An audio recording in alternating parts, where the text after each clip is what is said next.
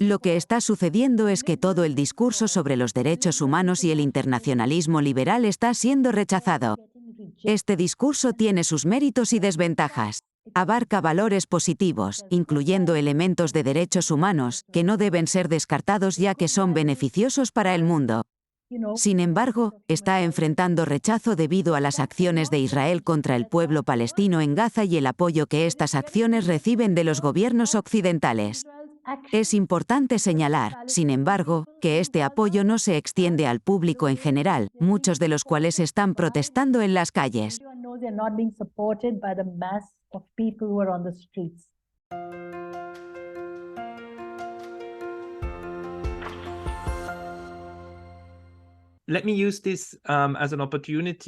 Permítanme aprovechar esta oportunidad para discutir el segundo tema, que es el conflicto entre Israel y Palestina. Este terrible conflicto ha costado decenas de miles de vidas, incluyendo 1,200 israelíes y más de 15,000 palestinos en Gaza que han sido horrorosamente asesinados. Occidente no solo permanece en silencio, sino que también apoya a Israel en el bombardeo de estas personas, que están entre las más pobres en una parte muy empobrecida del mundo y han sido mantenidas en la pobreza. ¿Cómo afecta esto a la India?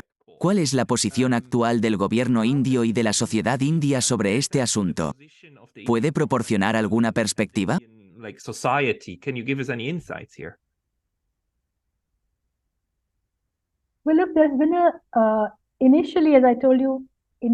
Bueno, mira, inicialmente, como te dije, India siempre ha apoyado el derecho del pueblo palestino a ser libre, a tener su propio Estado y a coexistir pacíficamente. India nunca ha negado la existencia de Israel. Abogan por que ambas naciones coexistan pacíficamente. Ese es su paradigma y es lo que seguirán apoyando. Han respaldado la causa palestina. De hecho, algunos palestinos me han dicho que la embajada de Palestina en India fue pagada por los indios y continúan brindando asistencia a las autoridades palestinas. Sin embargo, India tiene serias preocupaciones sobre el terrorismo, habiendo sido víctima de él. Además, actualmente India tiene un régimen bastante derechista en el poder, que fue votado y tiene ciertos temores. Este gobierno a veces exhibe una agenda exclusivista y promueve un enfoque mayoritario basado en el grupo étnico mayoritario. No obstante, en lo que respecta al tema de Israel, la respuesta inicial de India, por ejemplo, a los ataques terroristas de Hamás, fue una condena muy fuerte de esos ataques como terroristas, seguida de un período de silencio después. What has come out on the issue of Israel's, the initial, for example, Hamas's terrorist attacks, was a very strong condemnation of that attack as terrorist and quiet after that. And eventually, after a few days, India reiterated. Después de unos días, India reiteró su compromiso con su política tradicional de una solución de dos estados y expresó su apoyo a la misma. En las reuniones de BRICS y G20, así como en otros foros internacionales, han abogado consistentemente por un cese inmediato de las hostilidades. Argumentan que no podemos volver al pasado y que el proceso para una solución de dos estados debe comenzar. India se alinea con gran parte del sur global en este aspecto. Sin embargo, en comparación con Sudáfrica, que ha adoptado una postura activa sobre este tema, India no ha adoptado el mismo tipo de política exterior activista. India mantiene relaciones estrechas con Israel y, creo, les gustaría servir como mediadores, viéndose a sí mismos en un papel similar al que tienen entre Rusia y Ucrania. Han sugerido que países neutrales deberían actuar como mediadores porque otros están demasiado involucrados en el conflicto. Muchas personas en India ven a Estados Unidos bajo esta luz, creyendo que Israel no podría continuar con sus acciones sin la aprobación de Estados Unidos. Además, India tiene fuertes lazos con los estados árabes y es particularmente cercana a Irán, con quien comparten una conexión significativa.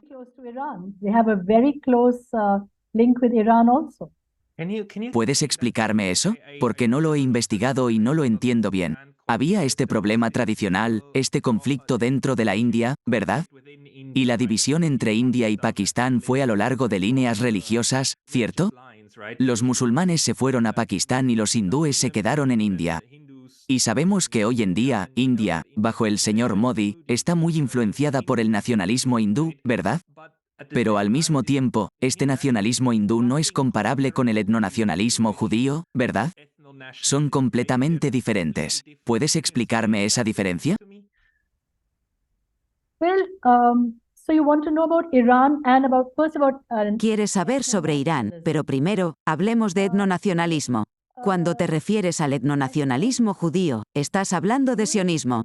El Estado de Israel es sionista porque su constitución y leyes se basan en la etnicidad y la raza.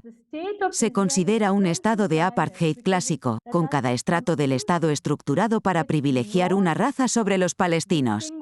En contraste, India no tiene esta estructura en absoluto. La constitución india es pluralista, multinacional, federal y laica, garantizando derechos a todos los ciudadanos. Sin embargo, debido al mayoritarismo, la historia de la partición, la violencia comunal y las tensiones entre comunidades, estos derechos no siempre se mantienen perfectamente. Hay áreas donde estos problemas son más pronunciados, pero también hay leyes para regularlos. Violar estas leyes va en contra de la Constitución. A pesar de tener un gobierno nacionalista hindú que puede preferir favorecer a ciertas comunidades, todavía son cautelosos con la ley. En India, la ley sigue siendo igual para todos, no ha cambiado. in law is equal. Still in India, the law hasn't changed. ¿Cree usted que al señor Modi le gustaría tomar ese camino? Pero está diciendo que la Constitución y la forma en que está organizada India actualmente lo impiden. ¿Pero sería este un deseo del señor Modi? Well, I don't think fully because I think Bueno, no creo que sea enteramente porque él tiene sus prejuicios, los cuales han sido evidentes. Sin embargo, también sabe cómo jugar a la política electoral.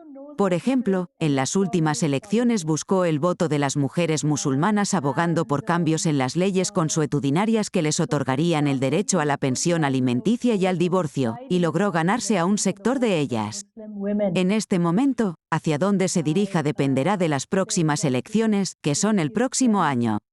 Quizás la agenda más amplia sea crear un Estado que sea más hindú en su carácter, más nativista. Pero al mismo tiempo, no está completamente alineado con la idea de la descolonización. Encaja en el escenario global. Quiere una relación estratégica y ser respetado por los estadounidenses y los liberales. Quiere ser parte de las democracias globales, ¿y qué es una democracia si no respeta los derechos de las minorías? La democracia no es solo sobre el gobierno de la mayoría, y creo que los medios occidentales también deberían abordar esto porque aceptan este tipo de democracias, como Israel. they're also accepting these kind of democracies like Israel. Like those who actually believe in democracy would not like to accept. Aquellos que realmente creen en la democracia no aceptarían un modelo como el de Israel, que no respeta ni otorga derechos iguales a sus minorías. Esto es precisamente por lo que Sudáfrica ha sido tan vocal. Perciben que la forma de apartheid de Israel es mucho peor que lo que ellos experimentaron. Espero que India nunca siga este camino, porque el resultado final de tal camino puede ser grave, potencialmente llevando a la disolución del Estado.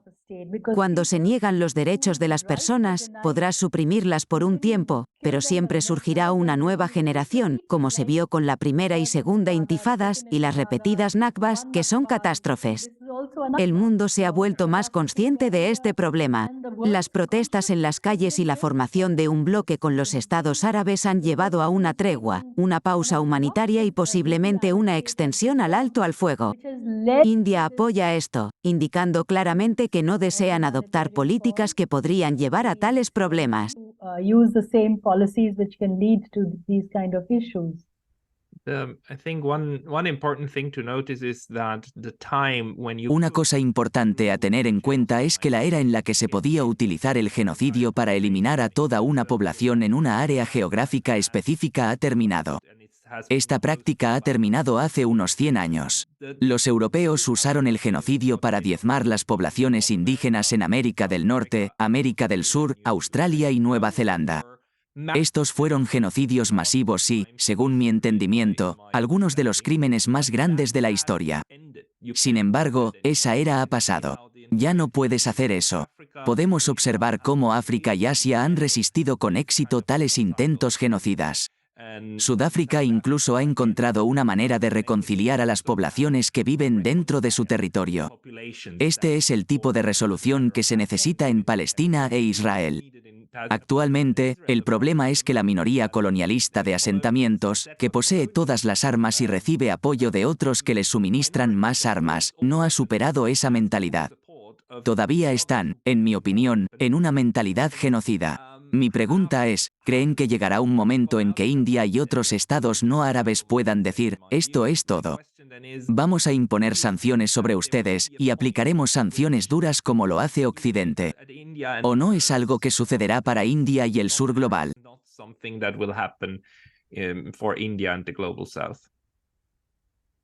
Well, it could happen for some, but so far the worst period. Podría suceder para algunos, pero hasta ahora, durante los peores periodos, no sucedió.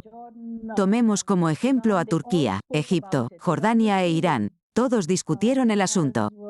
Irán suplicaba que se levantaran algunas sanciones, específicamente las relacionadas con el petróleo, para ayudar a aliviar el dolor de los palestinos en medio de los bombardeos y el desplazamiento de 1,7 millones de personas. Sin embargo, no acordaron sanciones. Tampoco acordaron proporcionar asistencia militar a Hamás.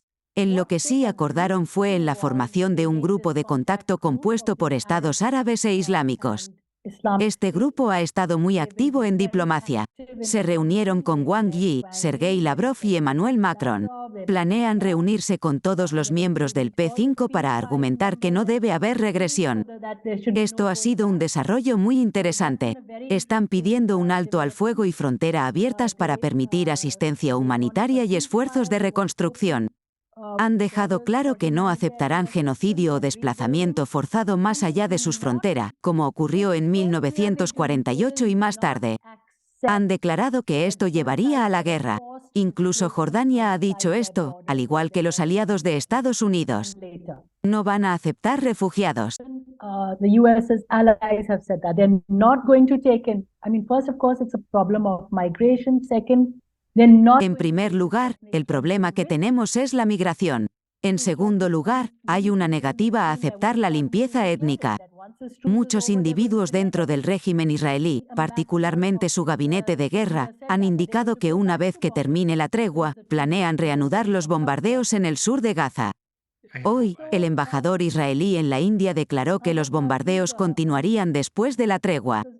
Sinceramente espero que eso no suceda porque la situación es angustiante para cualquiera con conciencia. La consecuencia de estas acciones es el rechazo de todo el discurso de derechos humanos e internacionalismo liberal. Este discurso tiene sus méritos y desventajas. Abarca principios valiosos, como los derechos humanos, que no deben ser desestimados ya que esto sería perjudicial para el mundo. Sin embargo, está siendo rechazado debido a las acciones de Israel contra el pueblo palestino en Gaza y el apoyo que reciben de los gobiernos occidentales. Es importante señalar que este apoyo no proviene del público general, muchos de los cuales están protestando en las calles.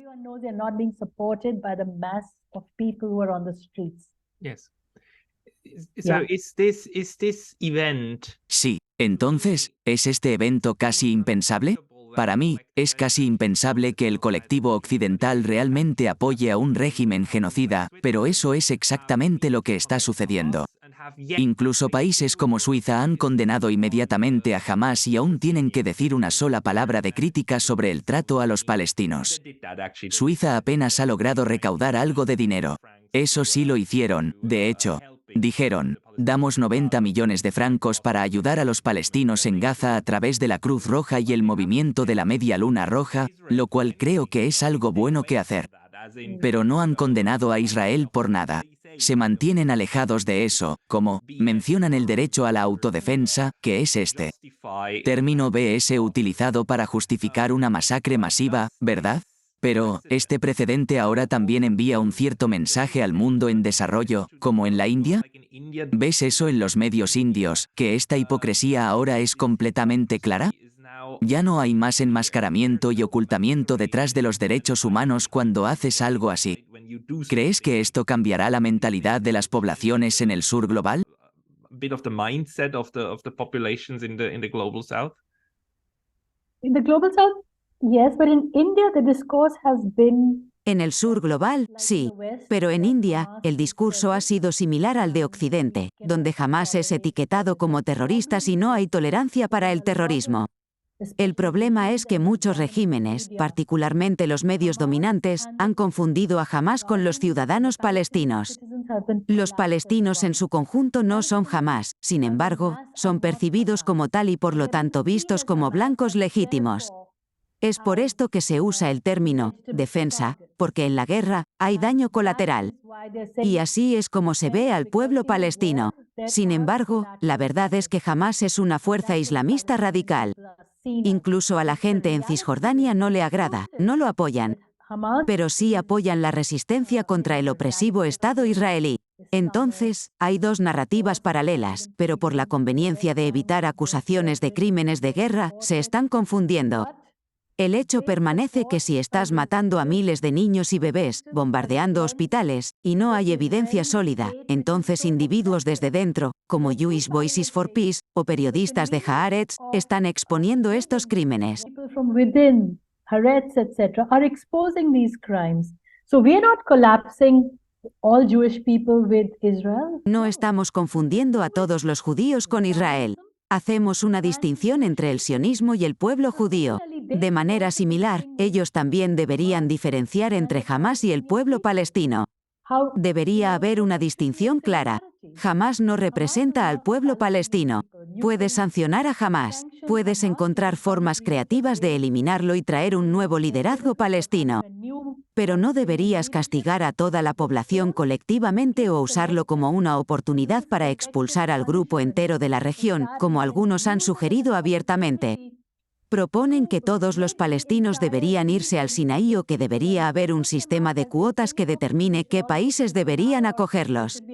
He visto declaraciones de ministros en el gobierno de Netanyahu sugiriendo que los ucranianos fueron aceptados bajo un sistema de cuotas. ¿Por qué no los palestinos? Este tipo de declaraciones son hirientes para la mayoría global y para las personas de conciencia. Por eso creo que hay un atisbo de esperanza de que no volvamos a la normalidad de siempre, incluso después de que se establezca una tregua. Even after the truce. I would hope so, because, although Esperaría que así fuera porque, aunque estoy de acuerdo contigo en que Hamás no es lo mismo que los palestinos, entiendo cómo Hamás se desarrolla en un entorno donde, durante 16 años, encarcelas a 2,2 millones de personas en un pequeño pedazo de tierra. Incluso controlas su ingesta calórica y te aseguras de que permanezcan en las condiciones más pobres. Entiendo cómo, bajo tales circunstancias, más una población donde el 50% son niños que crecen y nunca conocen nada más, se desarrolla la idea de Hamás. Esto no es para justificar lo que hicieron, sino para explicar cómo sucede.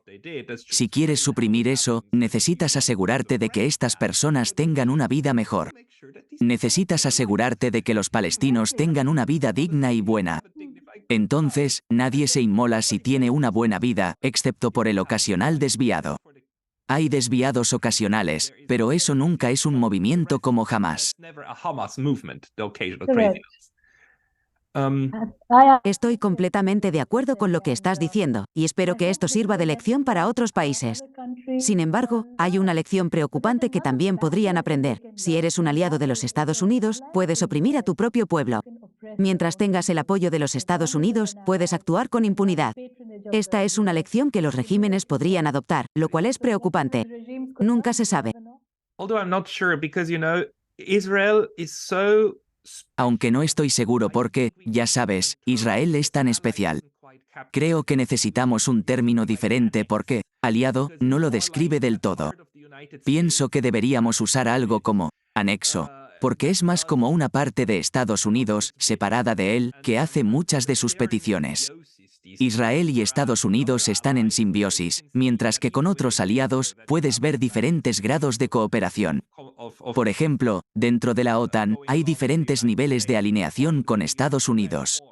Esto fue evidente cuando a Estados Unidos le pareció necesario bombardear infraestructuras, como el Nord Stream, para asegurarse de que los aliados volvieran a alinearse. Pero Israel está en un nivel diferente de simbiosis. Afortunadamente, no tenemos un segundo ejemplo de este tipo de relación. Sin embargo, podemos ver cómo Ucrania ha aspirado a modelarse después de Israel y convertirse en un anexo de Estados Unidos. Es una situación realmente extraña en la política mundial en este momento. It's really a weird situation in world politics at the moment. Yeah, I don't think Ukraine is. No creo que Ucrania sea comparable con Israel. En Israel hay un lobby judío, oligarcas y AIPAC que tienen una influencia significativa. I don't think Ucrania, por otro lado, es diferente. Fue un blanco fácil para debilitar a Rusia, y creo que continuará siendo utilizado de esa manera en cierta medida, incluso cuando la guerra haya terminado. Podría haber ataques terroristas directos por parte de milicias, especialmente después de que hayan perdido su tierra y territorio.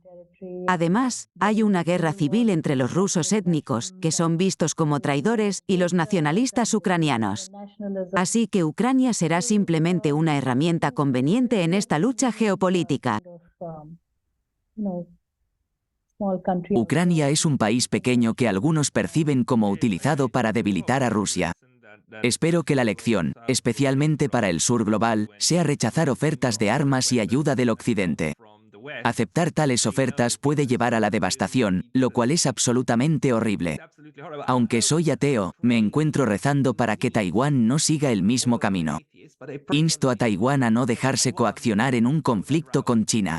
Me parece claro que los neoconservadores en Estados Unidos estarían más que dispuestos a involucrarse en una guerra con China por Taiwán, sacrificando vidas taiwanesas en el proceso.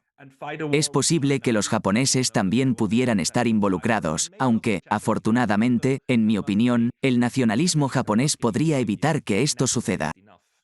I hope so. Sí, Estados Unidos ahora está buscando intermediarios en nuestra región. Sí, en todas partes. Y encuentran a alguien para empujar hacia las navajas de la gente que no les gusta. No entiendo por qué este discurso no es mucho más claro en Occidente. Pero me alegra ver que en India hay un realismo para entender que cualquier tipo de ayuda de Estados Unidos siempre viene con el problema de que intentarán usar la ayuda que te brindan para hacerte luchar en las guerras que ellos quieren. Creo que uno de los senadores estadounidenses lo expresó muy bien en cuanto a estos intermediarios. Dijo, estamos listos, ustedes entregan sus cuerpos y nosotros entregaremos nuestras balas. No quiso decir, sus cuerpos son balas. Ese es un intercambio horrible. Horrible. So that's why we don't. I mean, countries should be very. Es horrible. Por eso los países deberían tener mucho cuidado de no convertirse en proxies, como Filipinas o Corea del Sur, hasta cierto punto. No creo que Japón caiga en esa categoría, pero otros países podrían. Y espero que India no acepte ese tipo de rol, aunque hasta ahora no lo ha hecho. Por ejemplo, India no ha pedido ninguna mediación entre ella y China. Ha habido unas 18 rondas de conversaciones entre comandantes militares. No han dado muchos resultados, pero han resuelto ciertos puntos conflictivos mientras que otros permanecen. India está utilizando varios puntos de presión y ha declarado que no quiere ninguna intervención externa. India cree que es capaz de manejar su propia mediación, al igual que China. Se ven a sí mismos como una potencia en una trayectoria similar a la de China.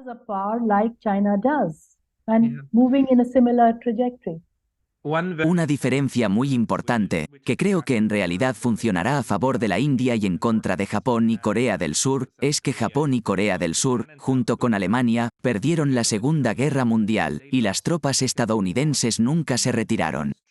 Con el consentimiento de estos estados, las botas estadounidenses todavía están en el terreno. Por ejemplo, en Corea del Sur, que es diferente de Japón, no sabía que en caso de una guerra con Corea del Norte, todo el ejército surcoreano estaría bajo un mando conjunto. Y adivina quién va a ser el general de eso. Siempre es un general estadounidense. Entonces, toda la estructura militar en Corea del Sur está construida alrededor de esta alianza, y lo mismo es cierto en Japón, pero en Japón no es operativo, solo mental.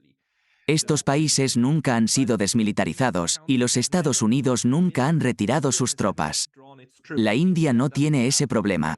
Tomemos el caso de Filipinas. Ellos vuelven a invitar a las tropas estadounidenses, pero es una trayectoria diferente. Absolutamente. Bueno, Anu, muchas gracias por esta charla y el intercambio. Lo aprecio mucho. Y si alguien quiere leer tus trabajos, ¿dónde pueden encontrar tus escritos? Recientemente he escrito varios artículos para la revista Economic and Political Weekly, y creo que te enviaré el enlace. Hay un muro de pago, por ejemplo, cuando escribí sobre la desdolarización, y continúo escribiendo en números posteriores sobre temas como Palestina y el sur global. Sin embargo, si alguien está realmente interesado, puedo enviarles un PDF a través de ti, o pueden enviarme un correo electrónico directamente, y estaré encantado de enviárselo. Muchas gracias, es muy amable de tu parte. Me enviaste el enlace y lo pondré en la descripción del vídeo para que los espectadores también puedan encontrarte allí. Podrán encontrar tu dirección de correo electrónico y escribirte directamente. Anu, muchas gracias por tu tiempo hoy. Thank you. Gracias por recibirme. It was delightful.